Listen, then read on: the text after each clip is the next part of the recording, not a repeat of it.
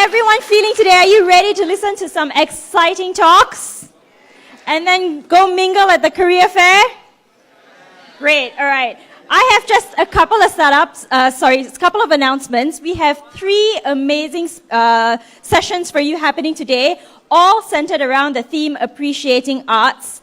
And then after that, we'll take a little break to begin the Startup Career Fair, which happens on level 1. Now, the entire space on level 1 will be converted for the career fair, so make sure you go into all the rooms, like the co-working space and also the Makers Lab. We have over 100 companies exhibiting today, including companies like Sometimes, Service Hero, Zalora, and even MaGIC.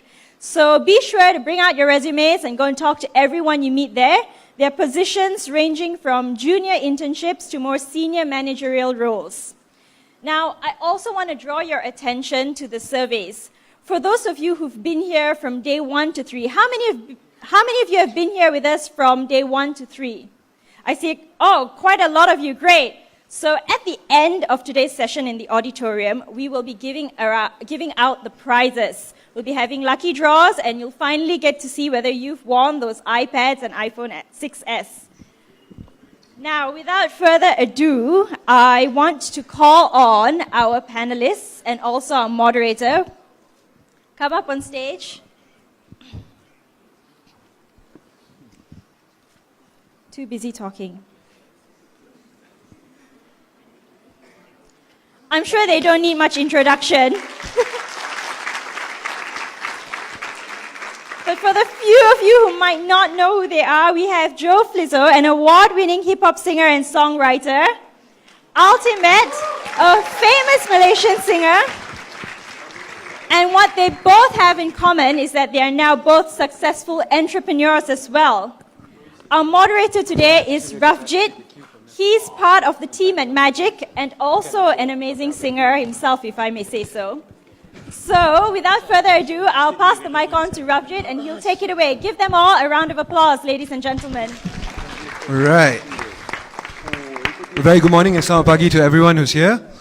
Thank you for taking some time off your Saturday morning. I know Saturdays are like, you want to do brunch and stuff like that. But thanks for coming out. Firstly, I would like to introduce, I don't think I need to really introduce, but our panelist for today is none other than Joe Flizzow. Budak Subang Jaya. Hello. And we have Altimet on our right. Hello. So, yeah, let's get started.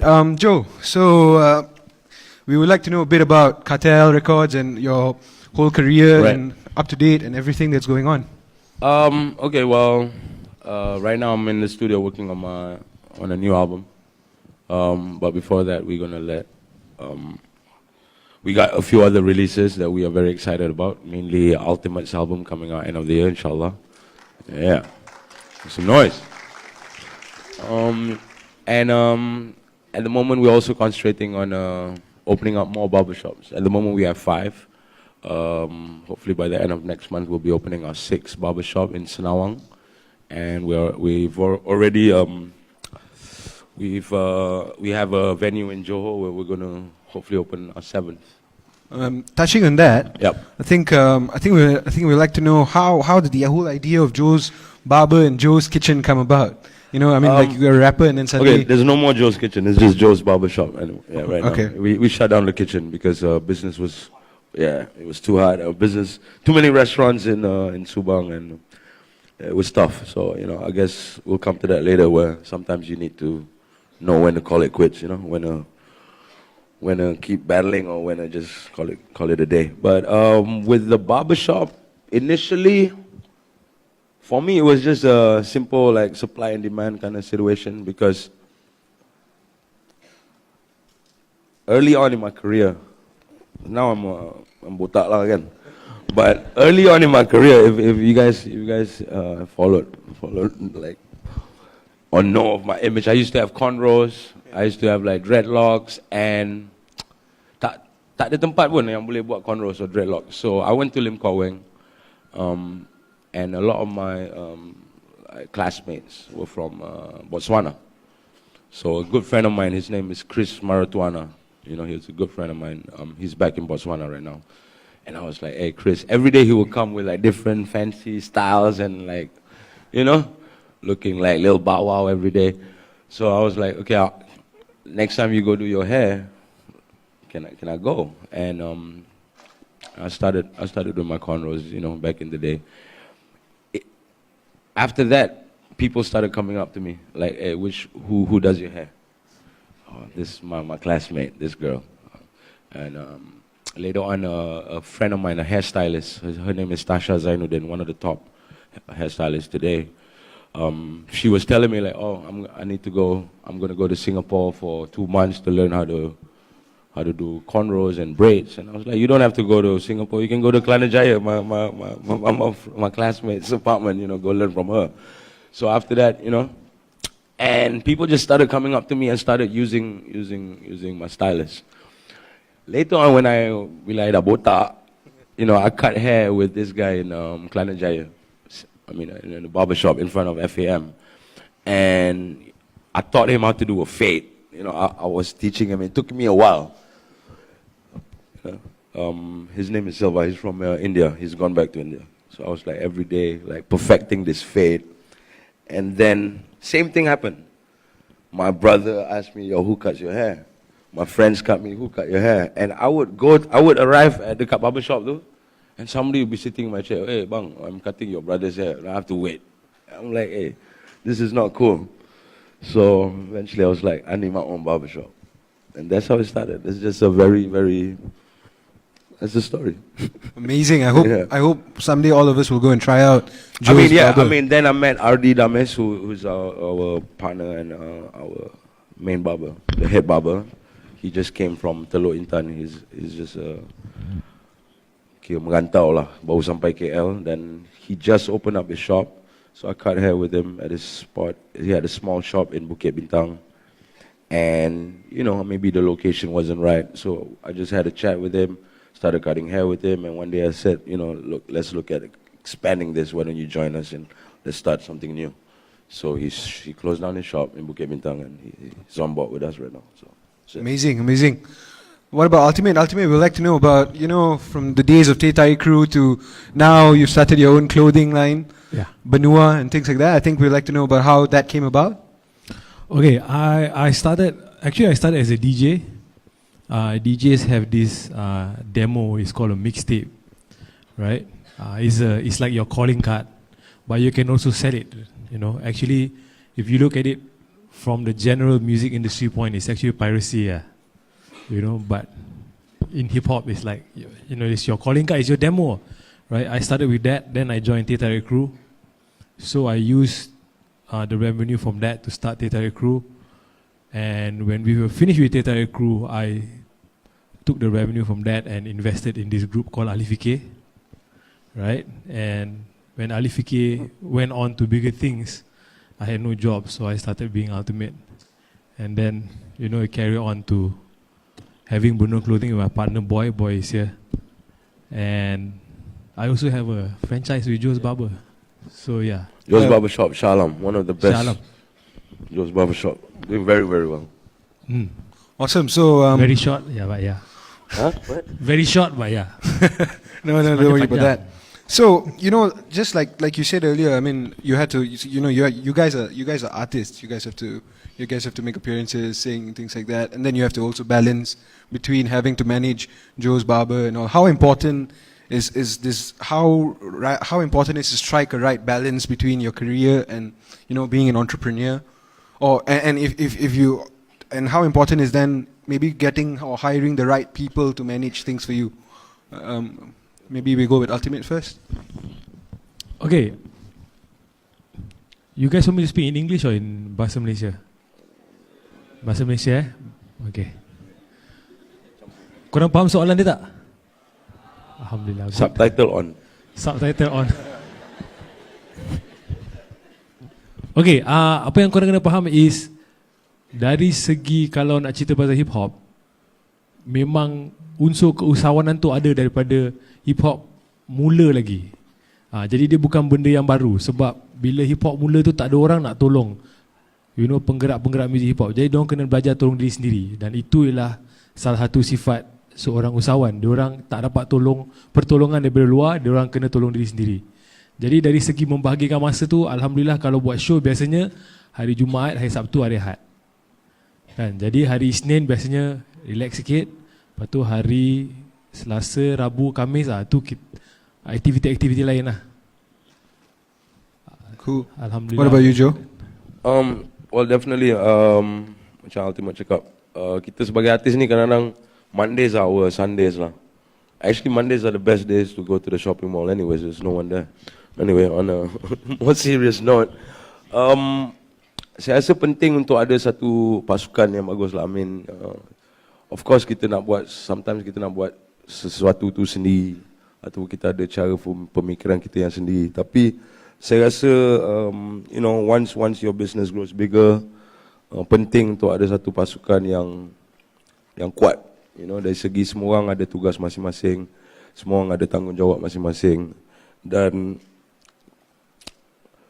seorang yang, you know, orang-orang yang boleh, you know, can check, you know, you guys can check each other and make sure that, you know, things like your ego doesn't come in the way, you know, because bila kita nak, when we want to try and achieve something, a lot of people, of course the idea tu sangat penting, idea yang bagus sangat penting, tapi kerja keras selepas idea tu, I think is even more important, you know. Yep. So summarizing that, basically, hard work always pays off, right? We need to always work hard. We cannot always just relax and count on just chilling out and hoping that things work out, you know. We all always have to work hard, right? So the next question I'd like to ask is, you know, what are some of the challenges or cabaran yang dihadapi oleh both Joe and Altimet in the processes of all your career so far, you know, from transitioning between an artist to then an entrepreneur? I'm pretty sure you guys faced like a lot of issues along the way. Maybe you want to share some of your issues and maybe how you overcame them. Okay, macam Altimet cakap tadi, like for us hip hop artists dekat Malaysia ni memang pada mulanya macam kita bermula lebih kurang time yang sama, 1998, 1999. Waktu itu saya ingat lagi ketika kami recording first album Too Fat dan dah siap, kita pergi jumpa setiap syarikat rakaman, semua syarikat rakaman besar yang masih ada sekarang ni seperti Sony, EMI, BMG dulu, dan semua ada jawapan yang sama. Semua orang cakap benda yang sama kepada kami. Tak ada orang akan beli CD awak, album awak ni tak ada orang akan beli, dan you guys will fail. Because it's two guys rapping in English. They were definitely wrong, right? Yeah, well, obviously they're wrong, but you know, like everybody told us the same thing. And like, I mean, some of these people, they're still in the industry right now. They're still bosses of some of these labels. But obviously the conversation's a bit different when we talk, you know, today.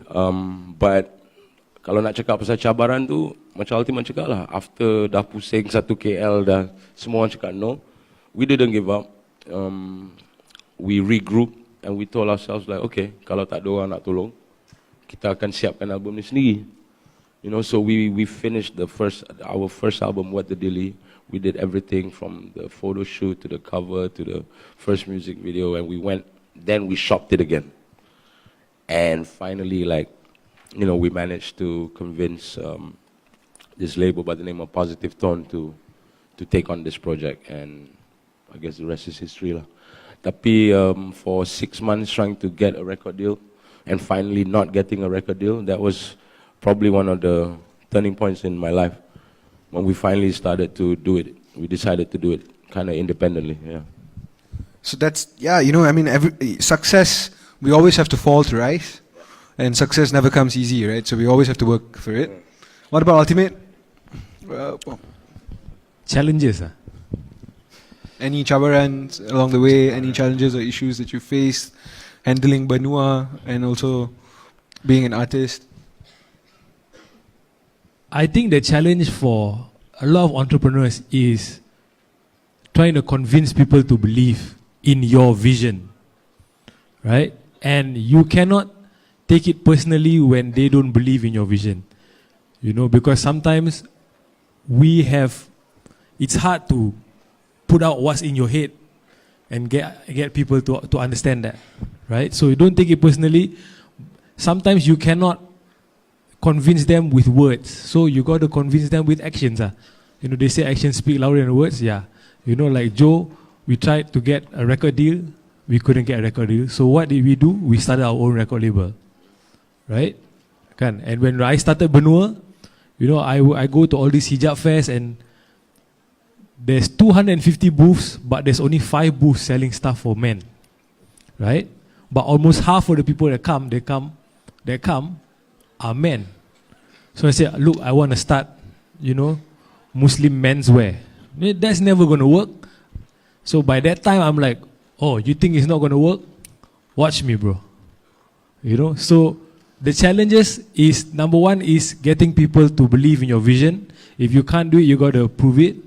And the other challenge, as always, is money. Yeah, because if you're an entrepreneur, you start with very little or no money, right? So you got to figure a way how to do it, how to work around that. You know, I don't like to call it a problem. I like to call it a challenge, right? And it can actually work in your favor. Having very little money or having no money, it can actually work in your favor, right? If you want an example is, when I started a record label, right, we were the company, so we paid for our own studio session. It wasn't somebody else writing the check, so we had to write our own check. And if you rent a studio, is rented out by hour, right? So the less time you spend making a song, the less that song will cost in terms of ringgit, you know. So we made sure that when we got in, we were like, okay, let's finish this song. Can we do it in 7 hours? Good. Next time we need to do it in 6. Then we need to do it in 5. You know, because we paid. Like, we know a lot of other artists, they get their record label to pay. They don't actually see the money. You know, there's a third party that pays to the studio, but we had to pay ourselves. Bro, today your bill is 500 ringgit. So that helped. Like, it helps me now. Like, I have little time between Benua and performing and, you know, all this. I have less time to spend in the studio. So when I'm in the studio, it's usually 2-3 hours and one song is done. Yeah. Awesome. I mean, that's basically how an entrepreneur is, right? We solve problems. Yeah, you work around your challenges. Yes, exactly, and you work around everything. I think that's really amazing. And I mean, building on that, I think all of us would like to know some of the essential skill sets you think an entrepreneur should have, besides just like having to overcome challenges, and, you know, some of the lessons you've learned along the way running Kartel Records and also all your fashion line and Joe's Barber. Any lessons that you've learned that you want to impart to some of the people in the audience? Because trust me, there's a lot of budding artists and entrepreneurs here today. Saya rasa macam Altimet cakap tadi, kita tak boleh, we can't be affected if people don't believe in what you're trying to do. Mungkin dia orang tak faham, mungkin dia orang ada pengalaman mereka sendiri yang membuatkan mereka boleh sangsi lah terhadap kita punya cita-cita ni kan. Tapi I mean that shouldn't stop you. So number one, first and foremost, once you have an idea, I think it has to be followed up with a plan, you know. And you every solid startup idea starts with just an idea, but you also need to have a solid, foolproof plan. Of course, to execute it. And you need to sometimes stick to the plan, and sometimes if the plan doesn't work, you need to adapt. You know, tapi yang paling pentingnya ialah garisan penamat tu. You know, you need to know where you're trying to end up, because a lot of people have great ideas, or a lot of people have talent.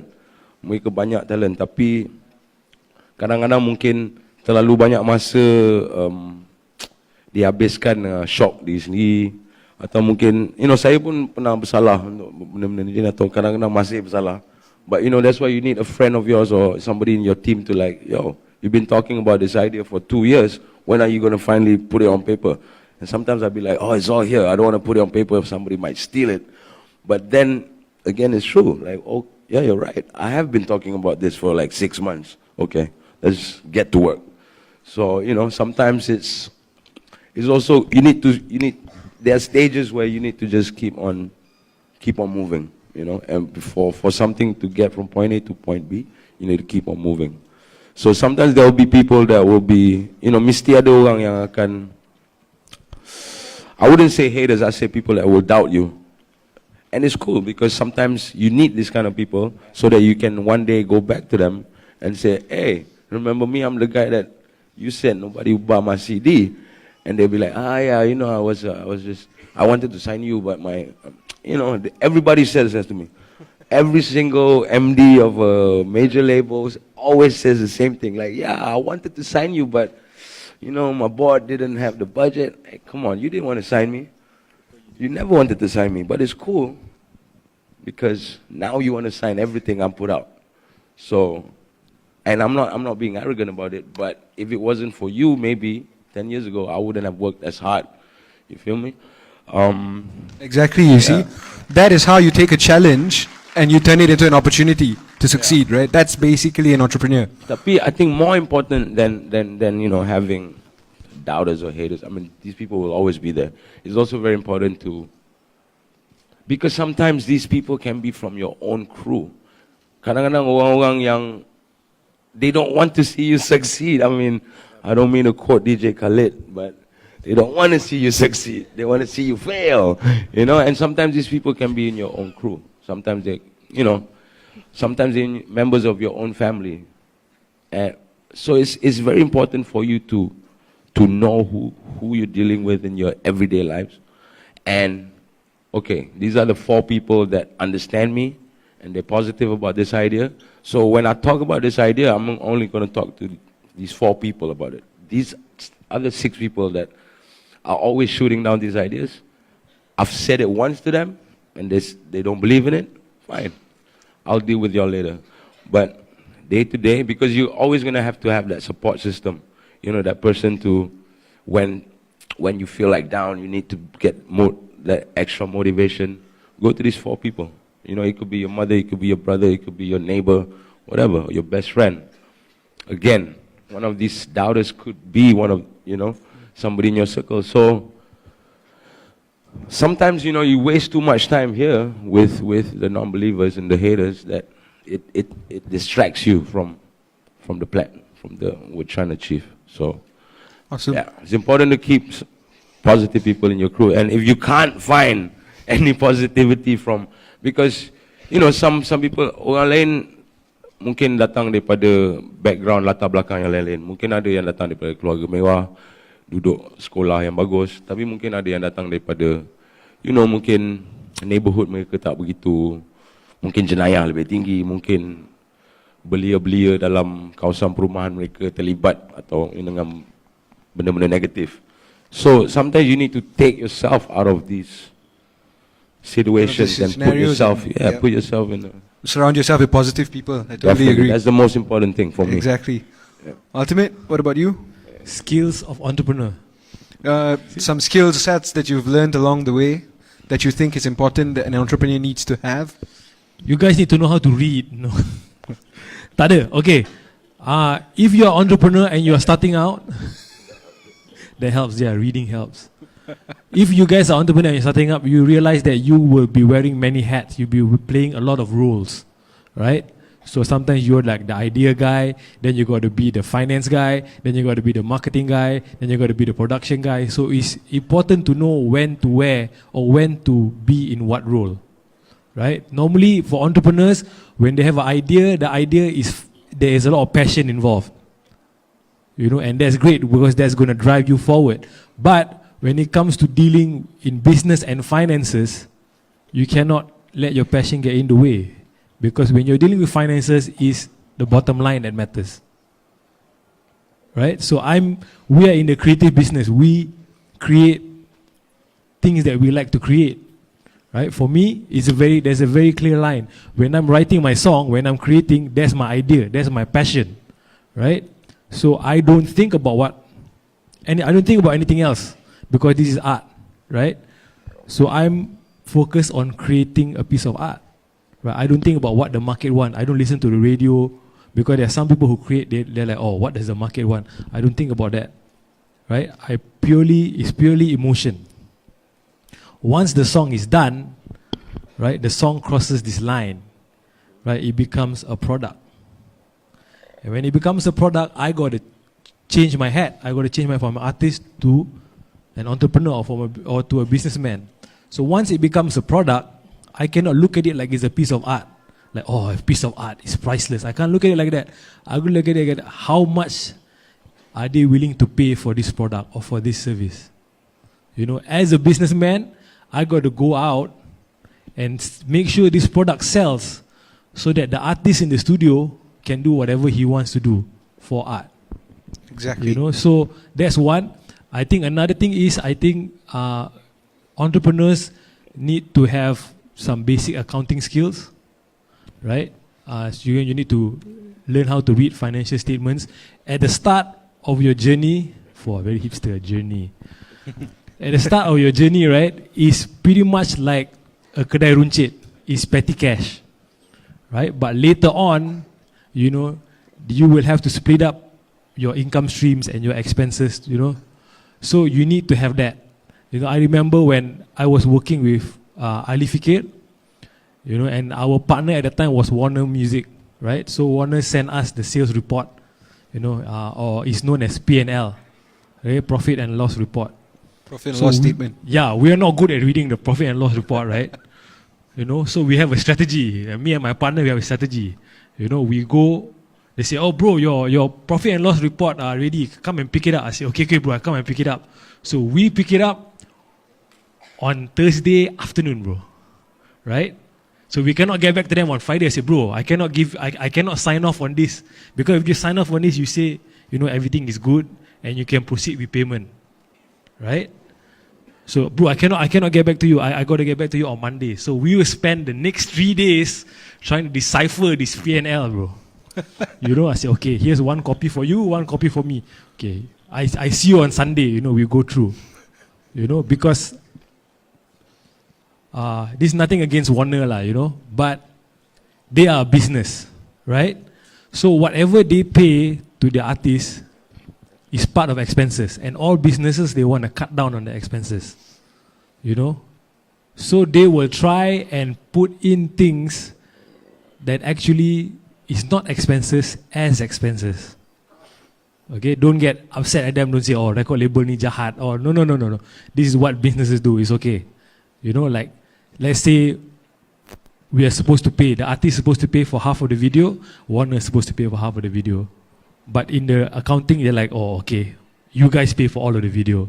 So when you confront them, they're like, hey, oh, sorry bro, this is a mistake. But if you don't know how to read and you sign off on it, that means you're agreeing to it, right? So we will spend like 3 days. And then like Monday, bro, I sick, bro. You know, can I sign off and send to you on Tuesday or not? So you will spend like a week just trying to read, you know.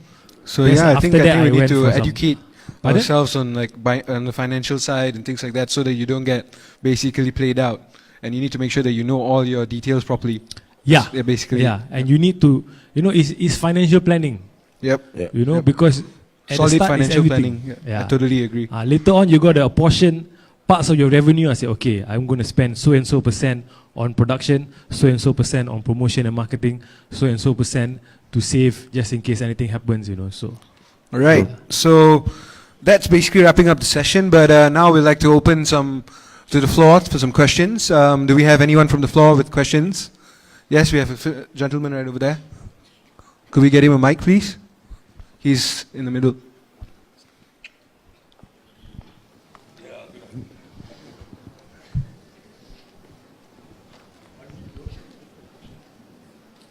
Hi, good morning, Joe. Hi, morning. Big fan of yours. Big fan of yours. Thank you. Nice to meet you. Listen to your songs every day. It gives me the energy to. Wait, what's your favorite song? Buy, obviously. Okay. Because it gives me the, I think, the energy to right. move on, right? Okay, anyways. I'm happy to hear that. Shameless fanboy here. Okay, anyways. The question here is, what is your location strategy for Barbershop. Yeah, barbershop. Okay. Because I'm from Lawati, right? And you know how far it is for me to go to all the way to Subang, and then next. We got one coming out in Bukit Indah soon, inshallah. Nice. Okay. That's not that close, but it's a lot closer to Tamantan. Okay. What is the strategy? Yep. Okay. You see, just like how Altimet mentioned, he goes to a event and there are only 5 booths for men. I think with our barbershop, I think we saw like there's either the mama shop or the salon. So in terms of pricing, we never wanted to price it more than our haircuts now cost 20 ringgit. And I mean, it's just again back to supply and demand. We try to we will not open in shopping malls, so we advise all our franchise owners to not open in shopping malls simply because cost. We try to advise our partners, or if we are investing in our next shop, for the rent to be on average less than 3,000 ringgit. Then they'll be like, oh, but 3,000 ringgit will only get you a shop in the hood. Like, yeah, but that's what we want to be. We're your local, your neighborhood barbershop. So for us, it's like, first and foremost, of course, you need to have a population lah. You need to have the demand lah. So anywhere with like a good population, good traffic, yeah, that would be good. And also you need to look at competition. Like if there's already like 20 barbershops in a 2-kilometer radius, there's no point trying to be number 21. So we always try to tell people to open up in places where there are no barbershops. Or we know that sometimes we have a customer base that tell us, oh, I drove all the way from Bangi. And next week, jumpa lagi orang Bangi. And then we take a drive to Bangi, and like before I opened up in Bangi, I never knew Bangi was like thriving like that. Like with businesses, with restaurants, with boutiques. Bangi is huge. Bangi is blown up. Yep, so yep. So it was kind of obvious. And now our biggest shop is in Bangi with 12 chairs. So to answer your question again and to summarize it, paling penting lah, your customer base tu you tahu akan ada kat situ. You kena tengok jumlah population kat situ juga. You have to take all these essentially you need to make sure your market validation is there. Consideration. Yeah. And knowing that it's 12, because the business model that we use is every chair in our barbershop is rented out. So 12 barbers working in Bangi, all 12 of them are their own bosses because they rent those chairs for a certain amount of money every day. Initially, when we started the business, we employed barbers, but then we decided that we don't want to be handling too many employers like that, and also we want to empower our employers and make them their own bosses. So now we have a system where people rent our chairs. So yeah. Awesome. Yep. Next question. Hi Joe. Hello. Saya budak Seri Kembangan. Oh, apa khabar? By the way, for most of the entrepreneurs, they have this idea or they have this so-called vision that they want to achieve. Like Ashran also, the vision is so big. Like me, I want to help people getting healthy through my That's great. And then during your time, you have this so-called, I think when I saw your show in Go Asian Travel, right? Okay. You are actually moving from one country to another country where I can see this is a movement of hip hop. But at that time, I don't think that you actually have this so-called the hip hop. I want to be memperjuangkan hip hop at that time. And so, maybe at that time you didn't know you want to memperjuangkan hip hop. Because you go from one record producer and so on. So what is actually motivate you that you want to stand into that stream? This is the do the hip hop musics, right? Apa yang what motivated me to get into hip hop? Yeah, and you keep doing it. See, I fell in love with hip hop at a very young age. I think it's the same with Altimet, same with like a lot of people. At the age of 8, 9 years old, I listened to my first hip hop cassette, and it was an artist by the name of Tone Loc. Like my uncle used to have he was the first guy in the family to have like a hi-fi player and like eventually a CD player, and I think he always wanted to be a DJ, but he wasn't good enough to be a DJ, so he would be the family DJ lah. You know, like my uncle Aman, who would later on become Too Fat's first manager, and he's also the guy that discovered Maui. So, random fact, but so from the age of like 9 years old, I was already into hip hop. I knew by the age of 12, I wasn't listening to anything but hip hop. You know, like maybe a bit of R&B, but it was like 95% hip hop. So, and I was always perceived as the odd one out, that weird kid in school that always wore a Snoop Dogg t-shirt or Naughty by Nature t-shirt, you know? And I thought I was the only one that existed in this world until I met MaGIC, Altimet, Miss Nina, and everybody, because there were so few of us that we all met on IRC. See, sebelum Facebook, sebelum Twitter, there was this one binatang called IRC, MIRC. You know, that was the, yeah. And it was just like chat rooms. So when we met and we're like, hey, there's more people, and a lot more people started coming into this this channel of ours. That we saw a movement. We started this movement. So I guess what motivated me initially was to actually bring together like the elements, you know. We saw an art form that wasn't being appreciated, which we didn't mind because we appreciated it, so we didn't care yang orang lain tak appreciate. Tapi pada waktu itu, bila kita mula ditindas, you know, when authorities would shut down our shows for no reason, we go through the same like channels and not get permits to do our shows. We will get chased out of shopping malls for dancing. Like my dancers get reprimanded, kena tahan, pasal joget. Doesn't make sense, right? That's when we started to fight back, you know. And I remember there was one newspaper, I can mention it, it's Harian Metro, I think. They ran a story that wasn't accurate, you know. They ran a story because they wanted to sell papers, because at that time, you know, they were going in on black metal. And after that, they didn't have any more issues or gossips to sell. They just ran a story that said hip hop, sex, gejala, bebas. And they took photos from a gig that we did, not knowing that that gig didn't even serve alcohol. You can't even smoke cigarettes. It was all clean fun. But they just took some random photos and they ran this story. And that's when I think that was the first time we fought back. So we, you know, it was Altimet, myself, it's the Tariq crew and Too Fat, right? In an NST office, and demanding an apology, which they did. They ran an apology, page 4, if I'm not mistaken.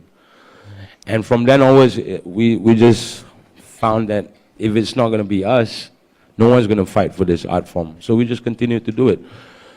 So for me, doing Hip Hop in Asia wasn't, I mean, the fight, I wouldn't say is won, but we don't have to fight anymore. Kita tidak ditindas lagi, you know. Artis-artis hip hop baru seperti Wari atau Justin atau artis-artis seperti SonaOne, they don't have to go through the same problems.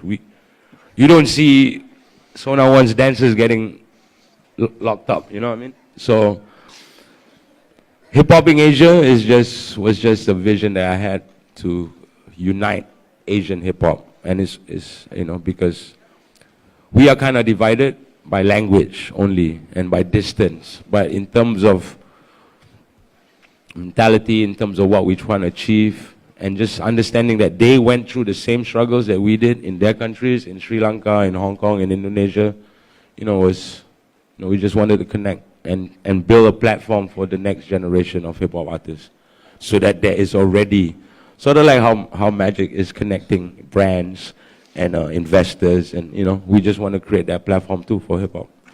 Awesome. We do not have enough time for another question from the crowd because we actually have Facebook Live. So Altimet, there's a question for you from Facebook Live. If you're given a choice to be an entrepreneur or an artist, which will you choose? This is us from Afiz through Facebook. Entrepreneur artist. If you had to choose between one, yes. But if you're a hip hop artist, you have to be both, bro. Exactly. So I hope So- Afiz got his answer. How? Since we have time for another one, let's this You quick can't one. separate it. It's in hip hop's DNA to be entrepreneurs. Right? Exactly. You will be surprised at how many hip hop artists in the US and all over the world that have their own businesses. Yeah, they have their own fashion lines, their own perfumes. They You'll have their be own thing surprised there. at some of the things that they have. Yep. Macam-macam lah, bro. The unlikeliest things. like what was it? What's that? Clothing line all is nothing already. You know? Huh? Wingstop. Wingstop is like KFC but chicken wing only.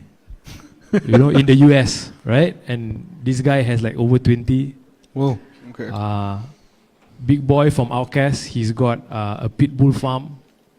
He rears pit bulls. Macam-macam lah. Okay, another quick question before we call it a day. From Yap Lee Jun through Facebook Live. He's again to Altimet. I'm a student and want to be an artist entrepreneur. Should I drop out of school and start my business?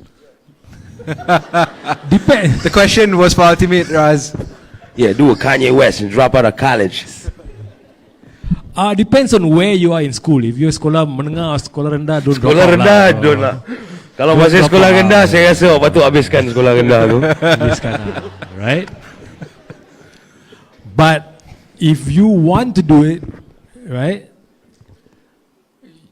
Like after SPM, but it's not going to be, I got to tell you this, it's not going to be easy, right? But you can do it, or you can do it after you graduate, or you can do it when you drop out, pun boleh.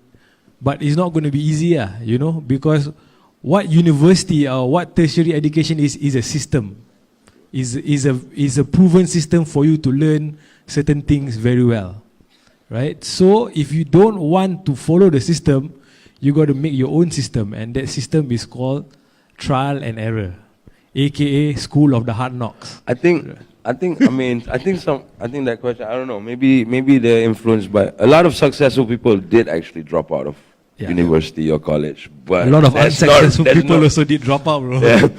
It's not reason to drop out again. Yeah. But like Ultimate said, like sometimes school and colleges only teach you a certain skill set. There's a saying, a child educated only in school is not an educated child.